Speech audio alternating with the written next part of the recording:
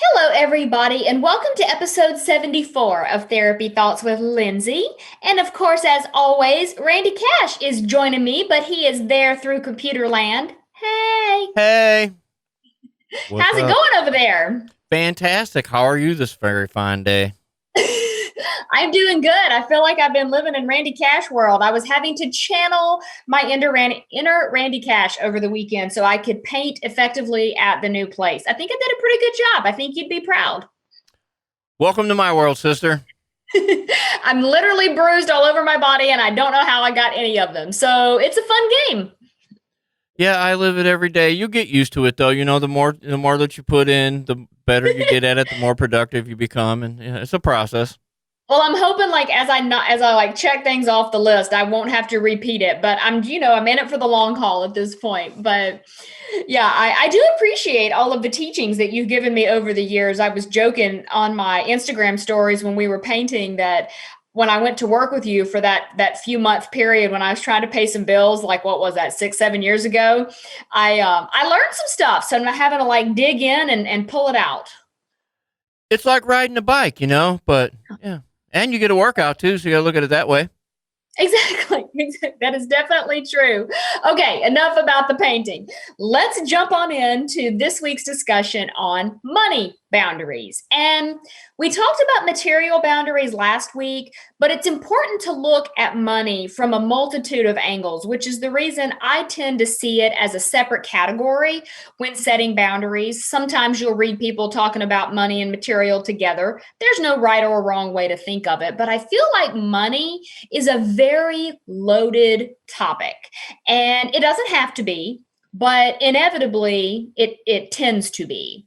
And not only from an individual perspective, but when we talk about money and family, or money and friends, or money in your relationship, money can be a tricky subject to talk about without getting a lot of emotional upheaval in the process. Money is the root of all evil, as they say. Well, okay, so let's break that down, right? Because I believe this is Lindsay theory for you that money is intended to be a tool that allows us to purchase things that we want and need depending on the circumstances of our life. Now, I realize that it's easy to say that very generally in that kind of context. And this is not to say that everyone has the same amount of money and that there is an equal distribution of wealth or that it's fair that some people have more than others and vice versa. I'm not making a judgment on that. But I would encourage you to think about what are your money stories? What are the things that you believe about money? What are the things that you feel when you think about it? How do you treat it? Do you treat it as a tool? Do you treat it as a weapon? Do you treat it as some form of control or a mechanism that you really hate? Is it something that you know is a necessary evil? Kind of like what you said, Randy, there's a lot of ways to look at it. And at least based on the society we find ourselves in, it's not going anywhere. Either having it, pursuing it, wanting it, needing it, all of that is not really going anywhere. And so I think it's important to learn how to treat it and to talk about it and to not let it have power over you. And that's tricky. It really is. And this is how setting money boundaries can be even trickier. I'll tell you this about money. I like it. I don't have enough of it. I'd like some more of it, but Mm-hmm. I don't think money's bad. It's greed that's bad. There you go. It's what you attach to it. How do you use it? If it is a tool, what are you using that tool for? And I think there's a lot of us that grow up in situations where maybe we remember, mom and dad, or mom and grandma, or mom and grandpa, or aunt and uncle, whoever raised us, sitting there stressing about money. And we develop a certain, relationship with money in those moments where we find ourselves, maybe feeling like, oh, we don't have enough money. Maybe I shouldn't eat dinner tomorrow. Or, maybe I should get a side job and help pay the bills, and not really having a concept of what that means as kids, but still developing some intense stories around money and how it's treated and what it is and how we should pursue it and all of those things. So if you fast forward to, let's say you grew up that way and now you're in a relationship with a partner that grew up very differently than you, it is very possible that you're not going to see eye to eye on money from the get go. There's going to have to be some negotiation of how you're going to treat money as a couple. And so, some of the more important money boundaries, or the most important money boundaries that start to emerge, especially in the therapy and coaching work that I do with relationships and with couples, is how are we going to treat money? I will often tell people there's basically three areas that we've got to figure out when a relationship is, struggling. We have to look at what is the sex life going to be, right? I'm a sex therapist. That part kind of feels like it would fit in there. What is our home life, our division of labor? Are we going to have kids? Are we not? Those kinds of things. That's one area. And then money and how we treat money is the third. If we can get those three things in line, we're going to have a really good shot at a successful relationship. But if we're struggling in one of those areas, we may have to do some work. Money tends to be one of the hardest ones to, figure out some shared ground or some middle ground with each other, especially if we grow up in very different ways. Or maybe there is a disparity and one partner makes a lot more money than the other. This is where it Yes. becomes a slippery slope. Like, does someone feel inferior?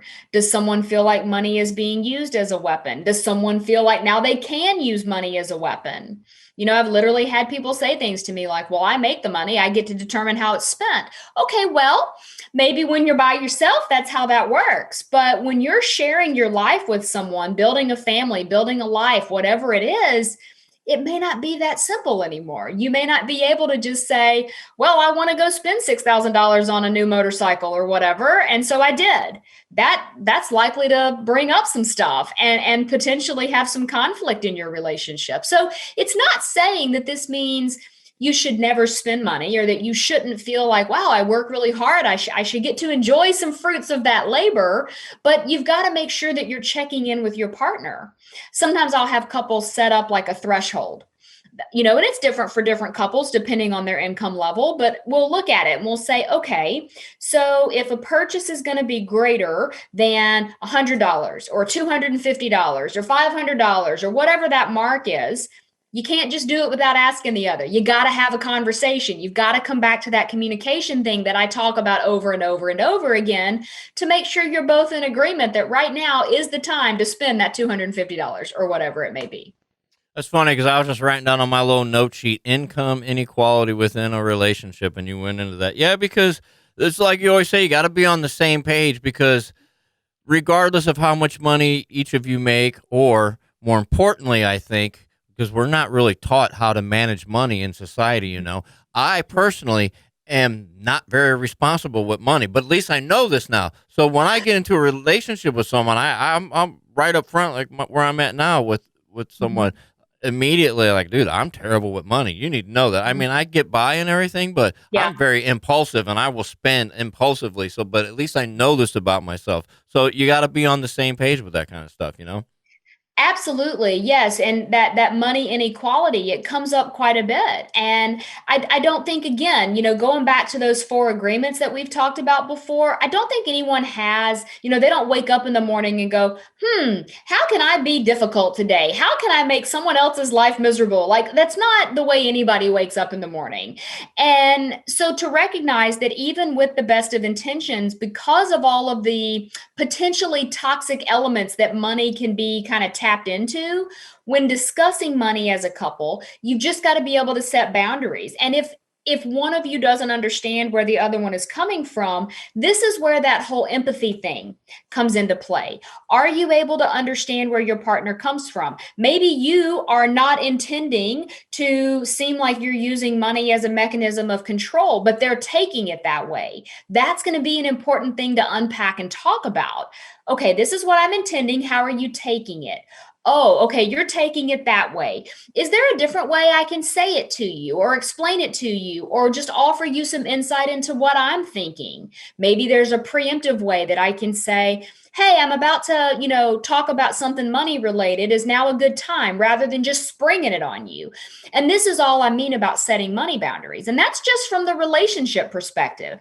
We also have to think about the fact that we set money boundaries with friends, family, our places of business where we work, even negotiating rates for things. I was earlier this week, I was going through and shredding old client files. I have to legally keep therapy files for 7 years after the last time I saw someone. And I was going through and shredding old files in preparation for moving. And it was such a walk down memory lane. But I was also really struck by the fact that up until this past year, I had not raised my rates in almost 7 years. And, getting to see the trail and like the evidence of that was really interesting. And I'll throw myself under the bus. When I was a brand new therapist, I think my fee was like $50 an hour right after I graduated. And I would get on the phone with a potential client and they would just ask the question, "Hey, what do you charge?" I would hear that as such a loaded question that this is what I would say. "Well, my rate is 50, but I would be willing to negotiate a lower rate with you if that would be more convenient." Who in their right mind isn't going to take me up on that offer? Who's going to say to me, "No, no, no, I'll pay your full rate when you're offering to give me a discount"? And that for me was part of my money story. I had to figure out that it was okay for me to charge a fee for my service. And it was okay for me to say, "This is my fee." If someone couldn't pay that fee, that would then be on them to say, "Wow, that is out of my price range. Is there anything you can do to work with me?" Rather than me just discounting myself from the get go. Yeah, I've been down that road before too. Yeah, it's all confidence, you know.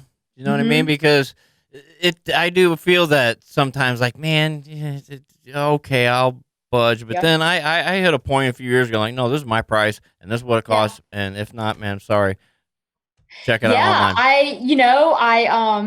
and I did. I hit that point where I was like, I did some coaching of my own and I remember thinking, "Well, wait a minute. If I'm spending money on a coach and I'm paying this amount of dollars, shouldn't I be able to command the same thing because nobody's offering me a discount? Like, is it okay to do this?" And so I had to kind of rework my own money story and recognize too that, I haven't raised rates in a really long time. And it's not like I went to some astronomical fee, but it is interesting how, those stories exist. I know we're going to have to wrap up in a minute, but I feel like it's important to say also that when setting money boundaries with family and friends, it can also be very tricky. Sometimes what will happen is that really good natured people have a tendency to want to make sure all of the people in their lives are taken care of. And there's nothing wrong with that unless it overextends you or someone that you're, quote, taking care of starts to expect you to pay their bills and yours, or is always hitting you up for money over and over and over and over again with either not expressing gratitude or not changing something that they should be changing in order to change their own money situation, or you've given it to them with the good faith that they're going to pay you back and they don't. How do you collect on it? And so this is a reason I think that people have that "I won't do, business with friends or family" for that very reason, that there's this worry that, maybe the money won't be treated fairly or appropriately. So this is where if you have gotten into the hook of just saying yes when someone asks you if they can have access to your finances, if you start saying no, it's likely to bristle some people, but you have to make sure you're not saying yes when you really don't want to. You are not obligated to give someone access to your money. You work really hard for your money. Maybe you were gifted all of your money. Maybe you worked not a day in your life for it. That still doesn't give someone else the right to have access to it. And if they get upset with you, when you set that boundary, it's not a reason you should say yes. And it's also not a reason for you to change the boundary if it doesn't feel authentic for you. Money's a difficult boundary to set with people, you know, because it's hard to Mhm. come by. You know, a lot of us are out there, you know, working our butts off to get what we can, you know, and Yep. yeah, it's tough out there. So it can be a difficult subject, you know. It absolutely can be. And I feel like, there's just so much more to say. Throughout the week, I've had some great discussions in my Instagram stories about money boundaries. And I think we're going to have to revisit this topic again because it is so complex. But, I hope that this gives everyone an idea of what it means to set money boundaries, how they can show up, and how to start thinking through, are you saying yes to things that you don't want to be? And if that is the case, that might be a good place to start when you're imagining what setting a boundary would look like in your life. Well, if you would allow me access to your finances, or you just need to help collect some financial things, you can follow me on the Instagrams at rcashcomedy. Thank you very much. You're gonna add what was that financial collector to your list of things. I also want to be clear that neither of us are financial advisors, and I don't pretend to be one. I'm not going to tell anybody what to do with their money. I am just going to remind you that it's okay to set a boundary when you're deciding what you want to do with it. Just felt like I wanted to make that clear. I'm not advertising services as a financial advisor. That's not my whole thing. If you do want to follow along with what I've got going on, go to lindsaywalden.com. You can read the blog I write on a weekly basis, as well as find past episodes of the podcast. You can also subscribe to Therapy Thoughts with Lindsay there on iTunes. We'd love to have you do that and keep listening. If you want to follow me on social media, you can find me on Facebook at Lindsay Walden Consulting. Instagram and TikTok are at This Is Lindsay Walden. Pinterest is Therapy Thoughts or Lindsay Walden. And then on Clubhouse, it's at Lindsay.Walden. Until next time, I do hope you keep living your best life and building that relationship of your dreams. And we will be back next week with more.